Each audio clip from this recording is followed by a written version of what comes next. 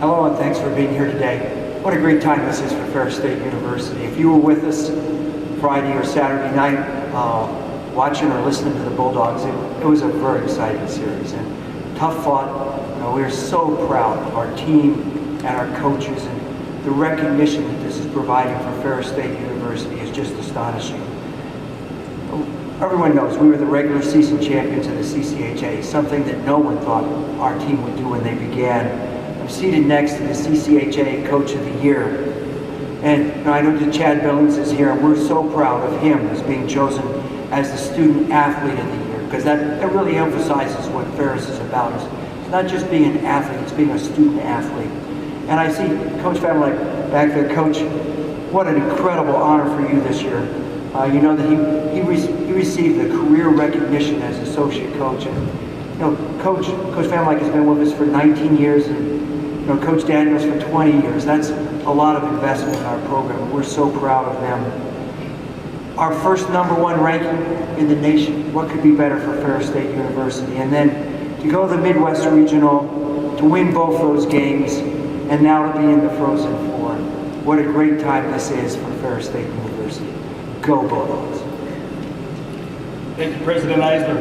Next up, my pleasure to introduce the Athletic Director at Ferris State University, Perk Weisenburger, who will make a few comments.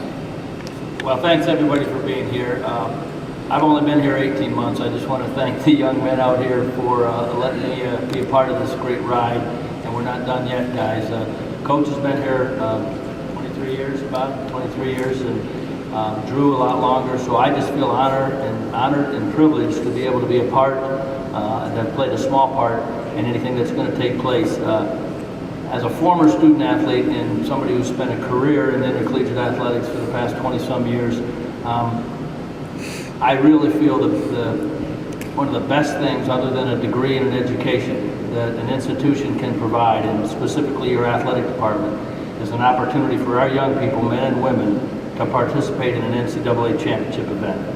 We've not only participated, we're participating at a high rate. We're going to a very elite tournament.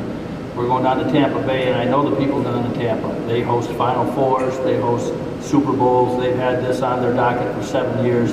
They are excited and ready to go, and they're ready to help us do whatever we need to do to enjoy our time and our stay down there. But make no mistake, we're going down there to get some business done and play 2 hockey games. I want to thank the NCAA. I want to thank President Eisler. Certainly want to thank Bob, his coaching staff, and the student athletes, and all of our fans for being a part of what is arguably probably one of the most memorable seasons in Ferris State Bulldog hockey. So I want to see some more smiles on you guys' faces out there. You guys look too serious. We're going to play for a while yet, so enjoy it. And thanks for being here, everybody. Go Bulldogs. Now an opening statement from the 2011-2012 CCHA Coach of the Year in his 20th season directing the Bulldog program, head coach Bob Daniels.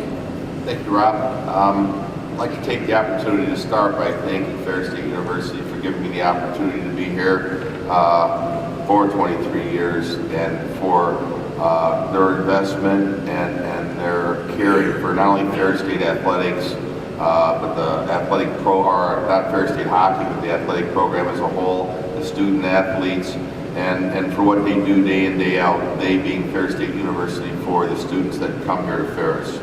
I'd like to take an opportunity to thank Drew Famulak, Mark Kaufman, and Dave Sensor. The players will be the first to tell you that they're the ones that really get the job done. Drew brings the players here. Mark works with them very closely in practice, and Dave works with them not only in practice but in the weight room. He's the one that does the video. And if I keep listening to things they do, you're going to wonder what I do all day, and my wife wonders that often, I think, is this. I'd also like to say that when we went to Green Bay, I really felt that all 4 teams had an opportunity to advance. I could have made a strong case for Cornell, Michigan, and Denver leaving there. And I felt, though, that we certainly belong there, and I could make an equally strong case that we belong moving on, and we're fortunate to do that. I'd like to thank the players right now, though, for the season that they've provided and the exposure that they've given the university and the hard work they've put in so far. And I've said this privately, and I'll say it publicly right now. I want them to enjoy every moment of this. I fully believe that they will flip the switch when it's time to take care of business. They have all year. But I also think that they are such a well-balanced group that they'll know to enjoy the moment and enjoy the experience. As we move forward now to Tampa, and I look at the 4 teams that are going to be there, all 4 teams have won their regular season title. I can make a strong case for any of the 4 teams to go forward and win the national championship. And I can certainly make the case that we are very deserving as well, and we have an equal shot with any of the teams that are down there. And we look forward to the competition. And then last but not least, in terms of an opening statement, I think it's important, and Dr. Eisler touched on this, that the balance that Ferris State has for the student athletes is tremendous. And our team, and I want to brag about something that's not in the papers, or certainly it's not listed in the standings, but last semester our players achieved a 3.41 GPA as a team, and we're exceedingly proud of that. And I'd like to thank the Ferris faculty. You know, a lot of times I think at other institutions, sometimes anyway, student athletes can be lost in the mix. Here at Ferris, all students our faculty takes a strong interest in. And certainly it's a small enough, it's a big school with a small school feel. And I've always felt that our faculty here has bent over backwards to make sure that our players are given every opportunity to succeed in school. So I want to congratulate our players on that success and thank our faculty for allowing them to be successful. Thanks, Coach. This time we'll take questions from the media. Please raise your hand. Katie will have the microphone. And please remember to identify yourself, your media affiliation, for questions for any of our 3 gentlemen up here. Hi guys, Ryan Terpstra, ESPN 961 Grand Rapids. Coach Daniels, 23 years with the school, 20 years as the head coach. I'm sure the first day you took the job, you imagined this day would come. How's it feel now 20 years later? You know, it doesn't feel like 20 years. It really doesn't. And it's amazing how time flies by quickly. I think every year at our year-end banquet, I watch our seniors get up and give their speech, that I can remember almost every one of them on the recruiting visits, and it's just amazing how quickly time flies by. But I can say I did imagine this time. I have quite often, and it's great to be here. It's great to be in the situation we're in and the opportunity that we have before us. But yes, I have imagined it. I imagined it a little quicker than this. But I certainly always felt like our program and our university had the capabilities to be where we're at right now. And I'd like to congratulate both our basketball teams. I think if you look at all the success we have throughout the athletic department, it's a department on the move, it's a university on the move. Can you talk a little bit about your season? In December, you guys had a little bit of a rough month, and then you just took off in January and February. What do you attribute to that? It's interesting. We had a great start to the season, and you always wonder when does a great start move into a great season.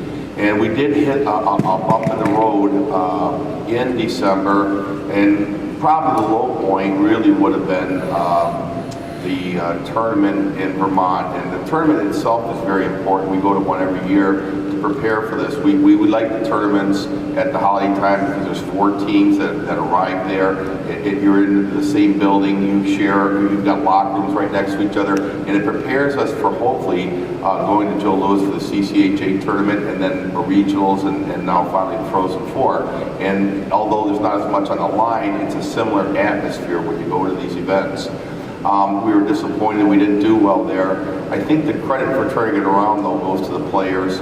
While the coaches always wondered, geez, are we ever going to win another game? I think the players took it in stride, and it's a very mature group that when we did have success, you never really saw it. Like, there was not a real downer come Monday when we came to the rink. And when we won, and when we do win, you'd be surprised that really, outside of the regional final and maybe when we clinched the CCHA title, you'd be surprised at how quiet the locker room is. They take things in stride, and they don't take any one thing too much to heart, and they just kind of continue to focus each and every day on the job at hand.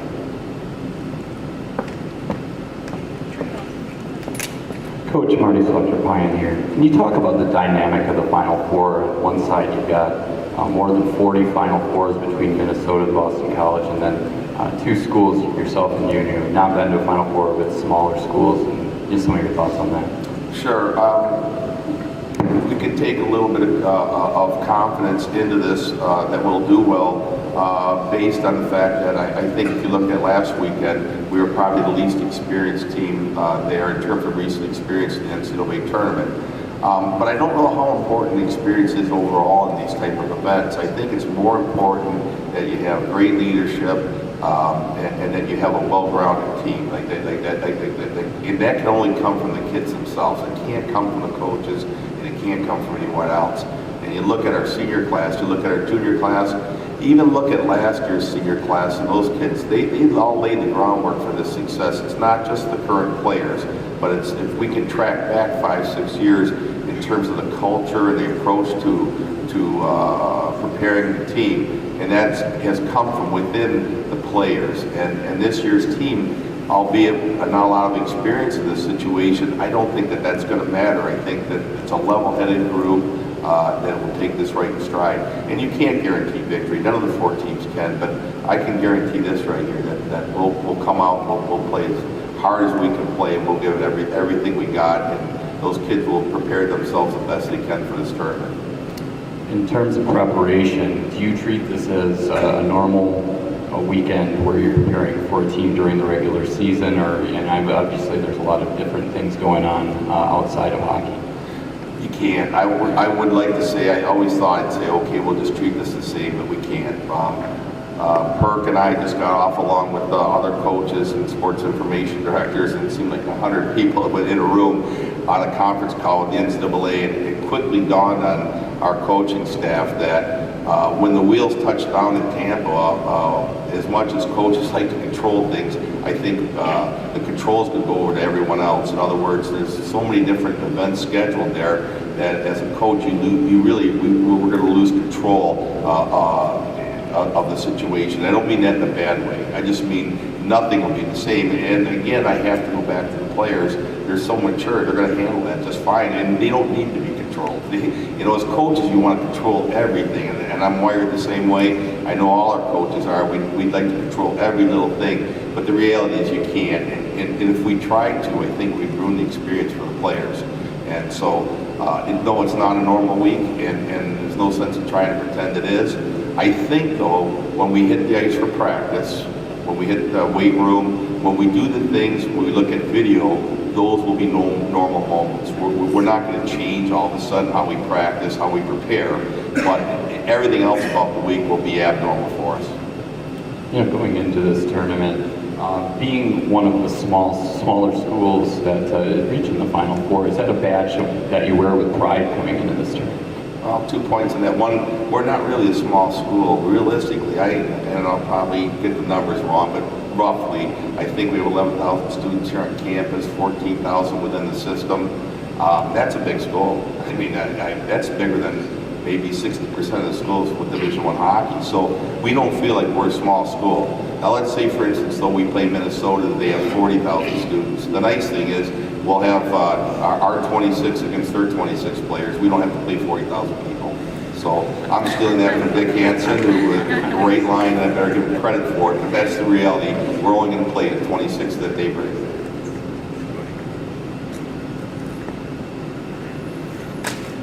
Dan Kowalski, Sunday 97.3 FM. This question's for all three of you. If you could just talk a little bit about the fan support over in Green Bay. From the sounds of it sounds like they're going to have a good contingency of Bulldog fans over in Tampa. I'll start. I'd be glad to. Good question. Our fan support's been outstanding all year long. By evidence of selling out 5 of our last 6 games, having some of the best playoff crowds we have had during spring break. And we had a lot more people over in Green Bay than we really anticipated. People found their way over to that arena, bought tickets, and got in. And when it was time for the Bulldog faithful to make some noise, we made some noise. I will say this, we had the best pep band in that arena, and they were outstanding. And couldn't be more proud of our fans. And I think our fans are going to find a way. We're working diligently behind the scenes to put everything together. I've got some more information on our own team travel. 2 minutes before I walked in here.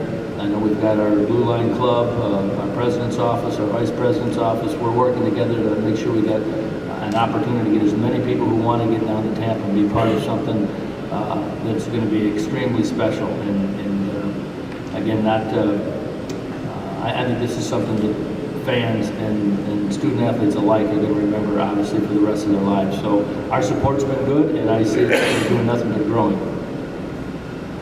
We have great fans. We have great fans at Ferris. If you were walking around Bowling Green, every place you went, you ran into somebody from Ferris. It was just an amazing experience. And what I really enjoyed is after the game and after that thrilling victory, I think every single Ferris fan stayed to congratulate the team when they came out of the locker room. And I thought that was really an extraordinary piece to see everyone, how they bonded.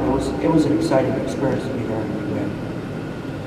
And obviously echo all those thoughts, but I'll take it to the rival home too, where and a lot of credit goes to John Coles and some other individuals within the athletic department for pulling this off. But we had quite a welcome home, and it really caught us all off guard when we got here. And I also, we've always had great support, which is, it's a lot of places.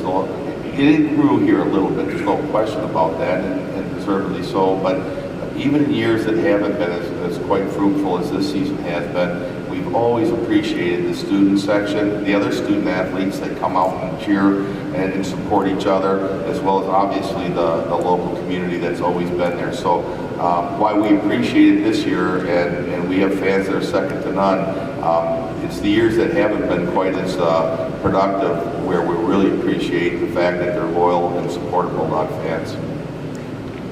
Hey, Danny, I'd like to comment. We're going to make some new fans. We already have that don't have an affiliation to Ferris State University or to Bulldog hockey or to CCHA hockey by sheer nature of the way our guys play the game.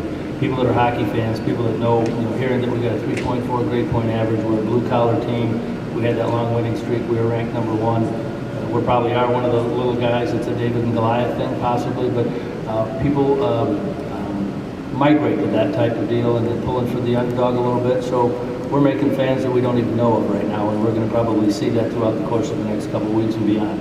And that's an exciting thing because it's, in this day and age, social media, the internet, etc., it's easy to stay connected, and it's a good thing. This question's for Coach. Obviously, a great freshman class, great junior class as well, great senior class, an outstanding senior class. But one thing I noticed over in Green Bay, just the emergence of what you would call the sophomore class. Scott Sarnow wasn't playing at full load in minutes. Corey Kane, they fought in an outstanding regional. Andy Huff setting up Jordy for the game-winning goal. Garrett Thompson as well, being named the all-regional team. If you could just talk a little bit about those 4 individuals. Sure, and I didn't even realize that, Andy, until you brought it up, that we had that kind of production. I'd like to kind of shift it a little bit in that this year's team, it seems like we've had so many outstanding performances at different points of the season. If you look at just our forward lines, we list them on the board every day for practice, 1, 2, 3, 4. You got to list them in some order, but realistically, that has no bearing on who's producing in the game. It seems to come from different players at different times, and each player in this, on this team also has gone through a tough spell. Like each guy probably has a story about not being in the lineup, not being as productive. The nice thing is when those things occur, it's such a good team that they don't allow the difficult moments. It's a long year, and they don't allow that to move into the locker room. They work at their own game, and it's been really great to sit back and watch. And even going into games, and so sometimes we don't know where the next star is going to come from. And they each pull for one another, which is tremendous. So yes, the sophomore class had a wonderful weekend. Different guys will step forward, and I would anticipate going into the Frozen Four. I couldn't even identify who's going to step up, but I'm pretty sure there'll be a number of them that have an outstanding tournament. Coach, have you had a chance to look at Union yet, and just some of your thoughts on them? No, I haven't yet, and I'm probably the next 24 hours going to work with our staff here to get very familiar. But just because I haven't really had an opportunity, Dave Sensor, our video coordinator, as well as goaltending coach, has obviously watched a lot. Not only is he watching them, but he's also breaking down film right now on Minnesota and Boston College, because that'll be a quick turnaround with a lot of different events if we're fortunate enough to move forward. And so we've got to rely on a great staff. We have, Dave will have it all prepared. We'll sit down and watch film, but Dave will already have the tendencies broken down on tape. So it'll be a simple thing of maybe only a half hour to an hour of the rest of our staff's time to sit down, watch it, develop our game plan, and go from there. One of the things that I think Drew and Mark Hoffman have done an outstanding job this year is the game plan that we've come up with really doesn't have to differ too much from team to team. It's probably most important at the end of the day.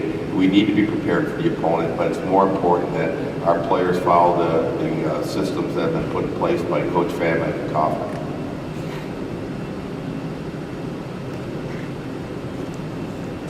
Bulldog Sports Network, Chris in Tokyo has this question in the live chat. He would just like to know the mood in the locker room right now. You know, it fluctuates. I would say today, you know, coming in, giddy, you know, excited. I know I'm not supposed to use that word, but we are. Honored, all that, emotional. That's just the truth. And we're excited. We're thrilled to be moving forward, and it's a heady time for all of us.